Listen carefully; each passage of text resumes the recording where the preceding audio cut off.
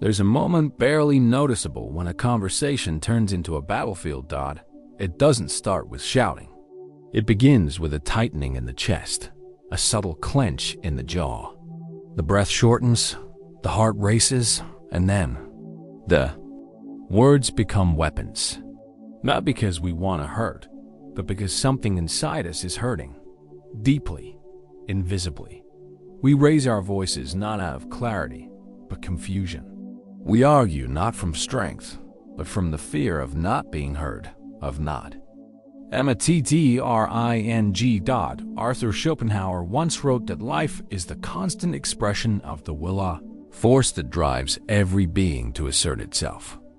He saw human conflict not as a matter of truth versus falsehood, but as one will crashing against another. In this view, arguing is rarely about reason. It's about domination. It's about control.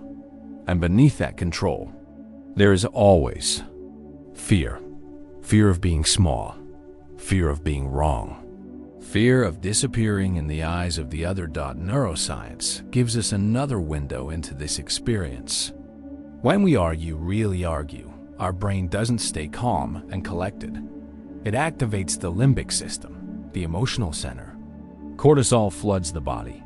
The heart pounds, the mind narrows. We lose access to our prefrontal cortex, the very part of the brain that governs empathy, reflection, perspective. In short, we disconnect from ourselves to try to overpower the other. But what if the real question isn't, how do I win this argument? What if the question is, what part of me feels so unseen that it needs to argue to exist? Because that's what most conflict is, a disguised plea. A nervous system crying out for safety, a soul reaching out to be felt. Discussions, then, are rarely about what they seem. They are not about the dishes, or the tone of voice, or the words spoken in haste. They are about long-standing wounds that never learned how to speak softly. They are echoes of childhood needs, of unprocessed grief, of deep inner hunger for connection. And we disguise all that pain in logic, in debate, and the facade of being right. But no one wins when both are bleeding silently. So let's begin there, right at the place where the voice cracks, where the silence screams, where the heart tightens. Let's begin not by sharpening our arguments, but by softening our gaze. What if arguing is not a sign of strength, but the soul's way of revealing that it's tired of fighting alone? Stay with that question. Breathe with it. Because the war outside often mirrors the chaos we haven't yet faced within. There's something inside us that tightens when we feel misunderstood. It's not always loud. Sometimes it's just a subtle unease, a discomfort, a heat rising under the skin when someone questions what we said, what we did, or who we are. And without noticing, we begin to argue. Not because we believe so deeply in what we're saying, but because something in us feels like it's being erased. Many of us confuse arguing with seeking truth. But truth doesn't need to yell. Truth doesn't need to win. Truth simply is. What we defend so fiercely in most arguments isn't truth, it's identity. It's the fragile image we've built of ourselves, moment by moment, over years of needing to be seen, to be accepted, to be safe. And when that image feels threatened, even by a passing comment or a simple disagreement, our inner child steps forward, wounded and afraid, demanding to be right, because to be wrong feels like not existing. There's a reason why arguments so often feel like battles. It's because something inside is fighting to survive. But the one we're fighting isn't always the person in front of us. It's often a memory, a wound, a version of ourselves we couldn't protect in the past. And so we try to protect it now by winning, by dominating, by not letting go. But no real connection comes from victory over the other. It only comes from presence, from the courage to stay, not to control, from the strength to say, without shame, this hurt me, or even more vulnerably, I don't want to be invisible again.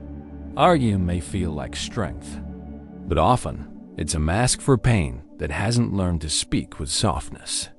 A defense, not of truth, but of a self too afraid to be misunderstood. Again, and when we start to see that, something shifts. We begin to hear what's underneath the words. Not just theirs, but ours. We begin to feel the ache that's been trying to speak, even when all it had was anger. There are moments when we walk away from a conversation not feeling understood but wired, restless, unsettled. The body is tense. The breath remains shallow. The argument is over, but inside, something continues spinning. That's not just emotional residue. It's biology. It's the imprint of an unresolved nervous system, struggling to return to safety.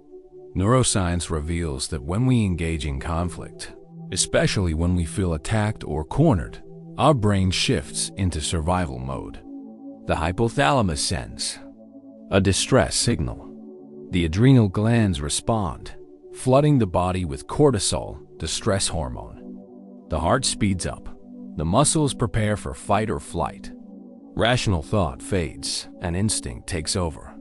We stop listening, not because we don't care, but because our brain no longer has access to empathy. The prefrontal cortex, the seat of insight, reflection, and emotional regulation, goes offline. But the deeper layer is this. Over time, many of us become neurologically wired for conflict. Not because we love it, but because it becomes familiar, safe in a twisted way. The body starts to associate arguments with emotional release. The dopamine that follows a heated confrontation, the temporary relief that comes after the storm, begins to feel like a high. And like any addiction, we crave the intensity, even when it hurts. This is how many relationships become battlegrounds without either person understanding why. It's not always about the words spoken. It's about a nervous system that only knows how to feel alive in the chaos. It's about a body condition to equate intensity with connection. Arguing, then, becomes more than an exchange of words.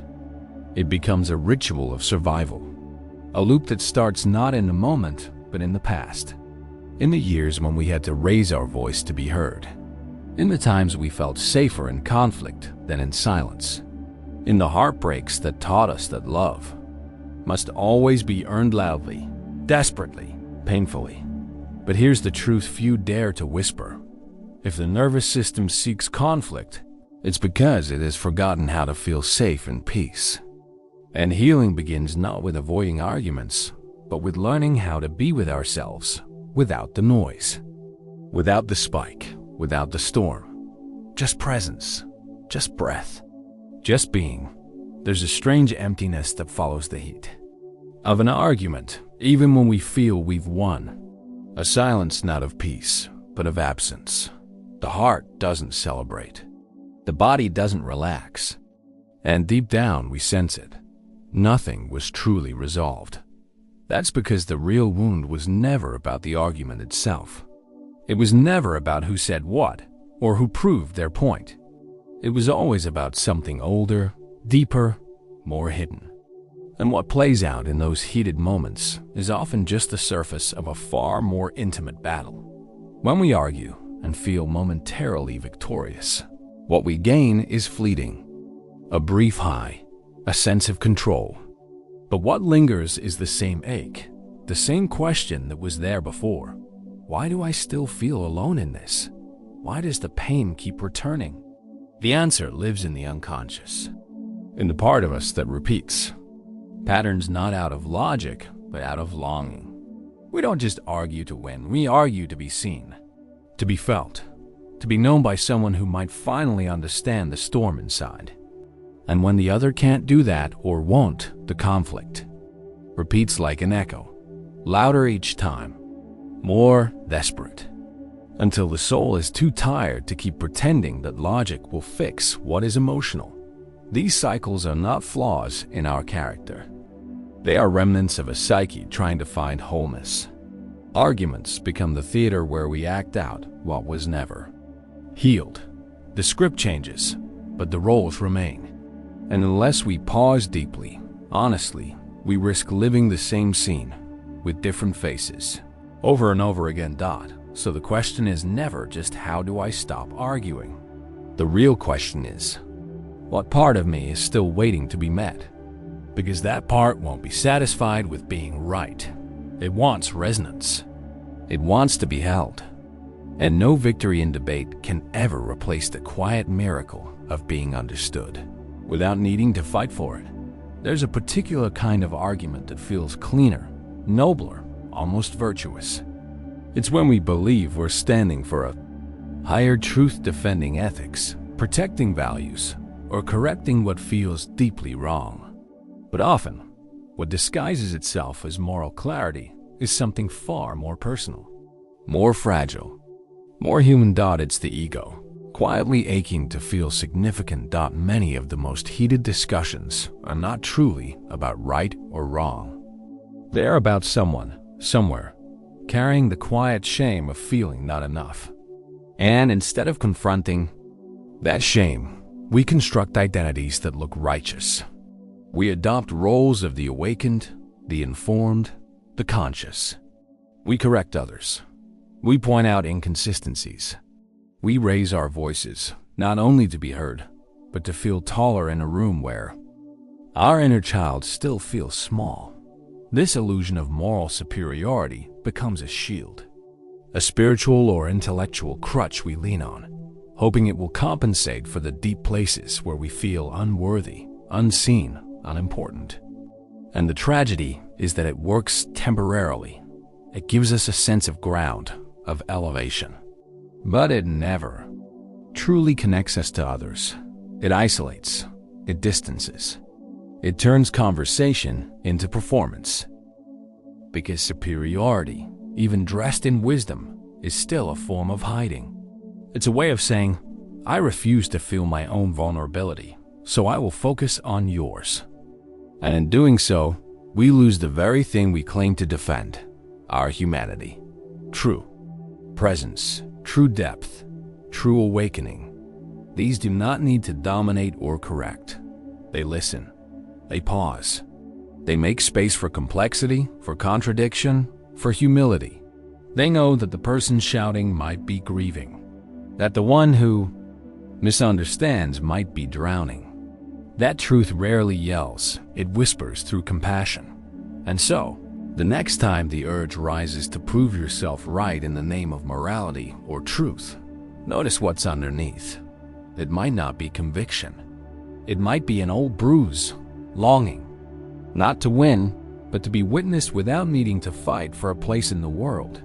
There is a sacred pause that exists between what wounds us and how we react. It's almost imperceptible, a breath, a hesitation, a heartbeat of silence.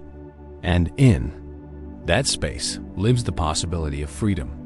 When we feel attacked, misunderstood, or emotionally overwhelmed, our body enters a defensive state. The nervous system, ancient and protective, prepares to fight or flee. It's not a conscious decision, it's biology. The breath shortens, the pulse quickens, the mind narrows. And before we can think, we're already reacting. Words are spoken. Walls are built. And what might have been a moment of connection becomes a moment of rupture. But there is a way to return to ourselves before the chaos takes hold. Through the body, through the breath, specifically through the gentle activation of the vagus nerve, a powerful part of our parasympathetic nervous system that signals safety, rest, and emotional regulation. One of the most immediate ways to engage this system is by practicing diaphragmatic breathing. Deep, slow inhales, even slower exhales. At least 90 seconds of conscious breath. Enough to send a message to the body. You are safe. You don't have to fight. It may sound simple. It is. But in that simplicity lies something profound. Because it shifts us from reaction to awareness. From instinct to presence. From survival to choice. This is the space Viktor Frankl spoke of, the space between stimulus and response. It's not passive. It's not weak. It's the ground where transformation becomes possible. where we are no longer slaves to our past, conditioning, or emotional habits, where we can feel the sting of a word without letting it define our worth, where we can pause long enough to ask, is this reaction truly mine or just a memory being replayed? Breathing, then, becomes more than a biological act. It becomes a sacred return, a reconnection, a soft whisper to the nervous system that peace is not the absence of conflict, it is the presence of self. And in that presence, the need to argue begins to dissolve. Not because the world changes, but because we no longer abandon ourselves in the fire. We stay, we breathe, and we choose. There are relationships where peace feels unfamiliar, where silence feels threatening, where love is measured not in calm, but in chaos, where if things are quiet, something must be wrong. And so, arguments arise not because there's something to resolve, but because intensity becomes the only way the nervous system knows how to feel alive. This isn't always conscious. It's a pattern buried deep in the emotional body, shaped by early experiences, where love was unpredictable, where safety was tied to emotional highs and lows. For some, intensity was the only proof of being wanted, even if it came wrapped in volatility. And so the body begins to crave that emotional charge, not out of pleasure, but out of familiarity. Conflict becomes the spark, the friction that breaks, the numbness, the fire that mimics passion. And slowly, the brain begins to equate arguments with intimacy, with presence, with aliveness, even if it burns. But true connection is not chaos. It's not built on adrenaline. It doesn't require pain to prove its depth. Real connection is found in the spaces between, in quiet understanding, in the soft glance that says, I'm here, even in silence, in the safety of being without performance. When the nervous system has been conditioned by trauma, calm can feel like emptiness. But that emptiness is not truth. It's the absence of threat. It's peace, misunderstood. And healing means retraining the body to recognize that love doesn't have to roar to be real, because if we only feel close during conflict, what we're responding to isn't love, it's the ghost of abandonment. And no amount of argument can soothe that ghost. Only presence can. Only the gentle, sustained warmth of being with another, without needing to fight for their gaze. Love doesn't need intensity to prove it exists. It needs safety. It needs space. It needs the kind of stillness that holds rather than explodes.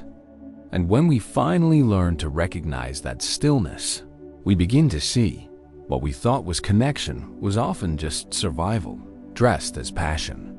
There's an old story, whispered through time, about a disciple who sought to test the wisdom of his master. In front of a crowd, the disciple hurled insults, accusations, and provocations, expecting the master to defend himself, to argue, to react. But the master only smiled, silent, unshaken. Hours later, when they were alone, the disciple asked, "Why did you say nothing?" And the master replied, gently, "If someone brings you a gift and you do not accept it, to whom does the gift belong?" This is not passivity. It's not weakness. It is presence. It is the strength that doesn't need to overpower because it sees through the illusion. The illusion that every attack requires a defense, that every wound must be avenged, that every voice raised demands an echo. The monk's silence wasn't absence. It was fullness that came not from fear, but from clarity, from a self no longer tied to the need for validation or dominance. And in that silence, there was power deep, unwavering, invisible. In a world obsessed with response, silence is revolutionary. It's the refusal to enter battles that don't nourish the soul. It's the courage to let go of the need to win, to be right, to control. And not from indifference, but from depth. From an understanding that most arguments are not about the words spoken, They're about pain unspoken. And no amount of cleverness can soothe a wound that has not been witnessed. Renunciation is not retreat. It's the choice to invest energy in what truly matters, to preserve the inner flame instead of exhausting it in wars that lead nowhere. It's knowing that some victories are invisible. They happen within, quietly, when we choose not to let another storm enter our center. When we choose stillness over reaction. Presence over pride. The monk did not need to prove anything, because he was no longer fighting for a self-image. He had made peace with the parts of him that once needed to be defended. And in that peace, there was no battlefield, only ground, only breath, only freedom. Sometimes the greatest strength is not in what we say, but in what we no longer need to say. In the quiet after the noise, when the dust of the argument is settled and the room grows still, there's a moment that lingers, a subtle ache. Not always from what was said, but from what was left unsaid. Not from the clash of words, but from the deeper disconnection that no argument ever truly bridges.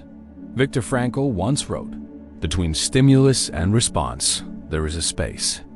In that space is our power to choose our response. In our response lies our growth and our freedom. It is in this space, silent, sacred, often missed, that our lives are shaped. Not by the battles we win, but by the moments we choose presence over pride, compassion over control, stillness over seductive urge to react. Discussions may offer the illusion of power, but power without peace is empty. Power without self-awareness becomes noise. And so, perhaps the real strength is not found in speaking louder, arguing longer, or being more convincing. Perhaps it is found in the gentle art of listening to the other, to ourselves, to the silence in between. When we begin to see arguments not as moments of truth, but as mirrors of our inner world, everything changes. We no longer need to win, we need to understand. We no longer chase validation, we begin to embody authenticity. And we realize the one we were fighting most was never the other person. It was the part of us that hadn't yet felt safe enough to be seen without armor. To stop arguing is not to stop caring. It's to care differently, more deeply, more honestly. It's to choose relationship over righteousness, connection over conquest, wholeness over being right. If this reflection stirred something in you, if it echoed a quiet truth you've been carrying, then maybe this is your moment. Not to react, not to fix, but to feel, to breathe, to choose differently. Because deep down, the real conversation isn't happening out loud. It's happening within. And it's in that inner dialogue, raw and unfiltered, that your freedom begins. And if these words found you in a moment of tension, in a season of conflict, or in the silence that follows yet another argument, may they remind you, you're not weak for choosing peace. You're not invisible for walking away. You're not broken for wanting more than just to be right. You're just beginning to hear your soul's voice again clearer, softer, wiser. And that is no small thing. If this reflection spoke to something deep inside you, something you felt but never quite put into words, then let this be more than just a passing thought. Let it be a door, a quiet invitation to a different way of relating, not only to others, but to yourself. Share this video with someone who lives in constant tension, someone whose arguments mask exhaustion more than conviction, because maybe they too are tired of fighting for a voice when what they truly crave is to be understood in silence. And if you felt seen here, if something in you exhaled while listening, subscribe to the channel. Not for answers, but for presence, for truth, for those rare conversations that don't just inform, but transform. We're building a space for souls like yours, those who've grown weary of noise, but hungry for meaning. And if you're wondering, what's next? Maybe it's the very thing you've been avoiding. The next video might touch the part of you that still hides, or the one that's finally ready to come home. Stay close. The journey inward is just beginning.